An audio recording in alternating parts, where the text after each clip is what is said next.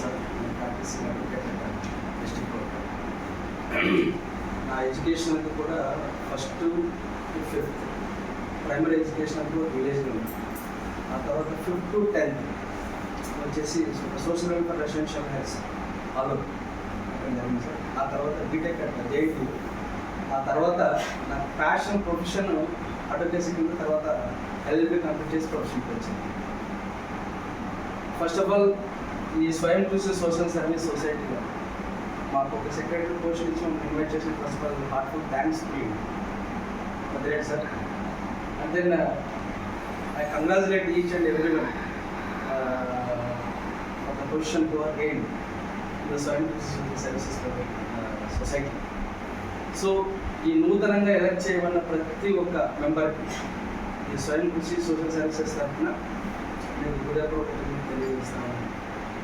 But sir దీని గురించి నాతో డిస్కస్ చేయడానికి వచ్చినప్పుడు ఈ సొసైటీ సర్వీసెస్ దాని గురించి వచ్చినప్పుడు మెయిన్ ఎడ్యుకేషన్ సిస్టమ్ మీద ఫోకస్ చేస్తూ మాట్లాడాను. ఎందుకంటే ఈ ఎడ్యుకేషన్ సిస్టమ్ అనేది ప్రతి ఒక్క మనిషిని సొంతంగా తన కాళ్ళ మీద నిలబెట్టాలి.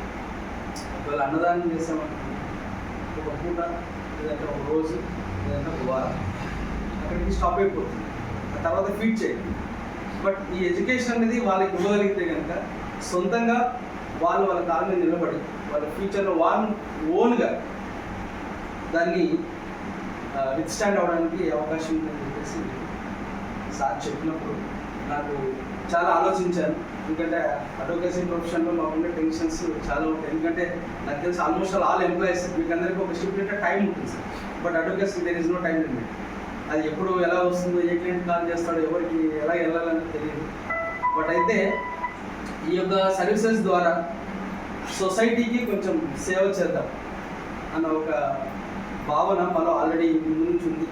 అది సార్తో మాట్లాడినప్పుడు సార్ మేమందరూ కూడా ఆ భావాలు కలిగిన వాళ్ళమే. అయితే ఈ భావాల్ని మీ సొసైటీ ద్వారా కొంచెం మేము రుణం తీర్చుకోవడానికి మాకు అవకాశం దొరికిందని చెప్పి చెప్తాను.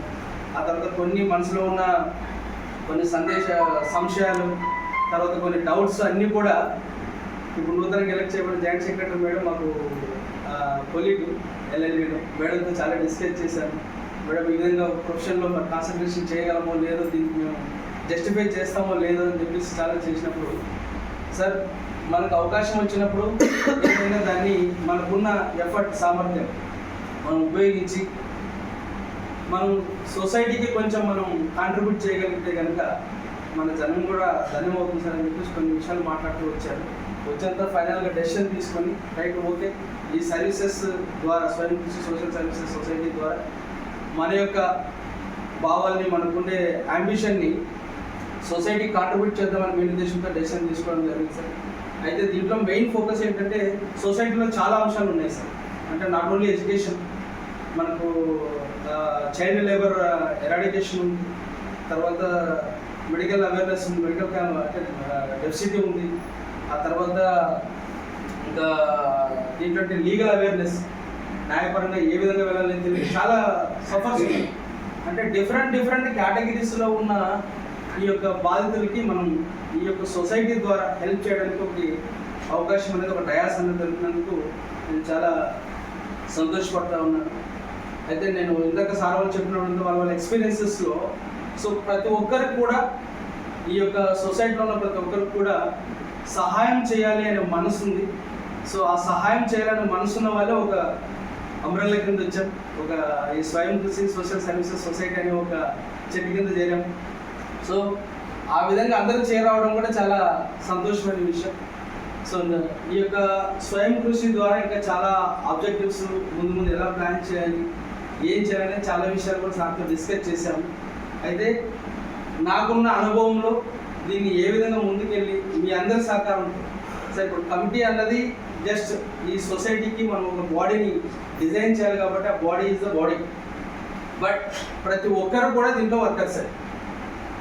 Sir what irrespective of their designations. Okay so ఇవన్నీ కూడా అంటే ఇంకా సొసైటీలో చాలా ఉన్నాయి సార్ మనం సర్వీసెస్ చేసే అంశాలన్నీ కూడా. ఇవన్నీ 1 by 1 స్టిమ్యులేట్ చేస్తూ దాన్ని ప్లానింగ్ చేస్తూ దాని యాక్షన్ ప్లాన్ ప్రిపేర్ చేస్తూ ఎలాగ మనం ఈ సొసైటీని హైలైట్ చేయాలి. బట్ మన సర్వీసెస్ ద్వారా సొసైటీ ఎంత బెనిఫిట్ అవుతుంది ఏంటనేది ఇవన్నీ కూడా మనం కనెక్ట్ చేసుకొని ఈ స్వయం కృషి ద్వారా ఆ సర్వీసెస్ చేద్దామని చెప్పేసి మీ అందరి సహకారం కావాలని కోరుకుంటున్నాను. బట్ మేము ఎందుకంటే స్టార్టింగ్ కాబట్టి ఇంకా మీ యొక్క అనుభవాలు ఆల్రెడీ మీరు దీంట్లో ఆల్రెడీ ఎగ్జిస్టింగ్ ఉన్నారు, మీ అనుభవాలు చాలా చేశారు, మీ ప్రోగ్రామ్స్ కూడా చాలా చేశారు కొన్ని ఏరియాస్లో. ఇది ఈ నూతనంగా మనం చేయబోయే యాక్టివిటీస్లో ఇంకా కొంచెం ఎఫెక్టివ్గా ఇంతవరకు చేశాం సార్, ప్రోగ్రామ్స్ అన్నీ కూడా చేశాం. ఈ ముందున్న ప్రోగ్రామ్ ఏదైతే ఉందో దాన్ని ఎఫెక్టివ్గా చేయడానికి పాటుపడదాం. అదే ఫైనల్ ఒక వర్డ్ చెప్తూ నేను ముగించాలనుకుంటున్నాను. గురజాడ అప్పారావు గారు చెప్పినట్టు సొంత లాభం కొంత మనకును పొరుగు వారికి తోడ్పడబోయేది ఉంది. అది మన యొక్క వర్షన్లో మనం అప్లికేషన్ చూసుకుంటే సొంత సమయం కొంత మానుకొని పొరుగు వారి పురోభివృద్ధికి తోడ్పడబోయే అన్నదే మనం కాన్సెప్ట్ తీసుకొని ఈ యొక్క ఆర్గనైజేషన్లో అందరూ కూడా మనం ఒక కార్యకర్త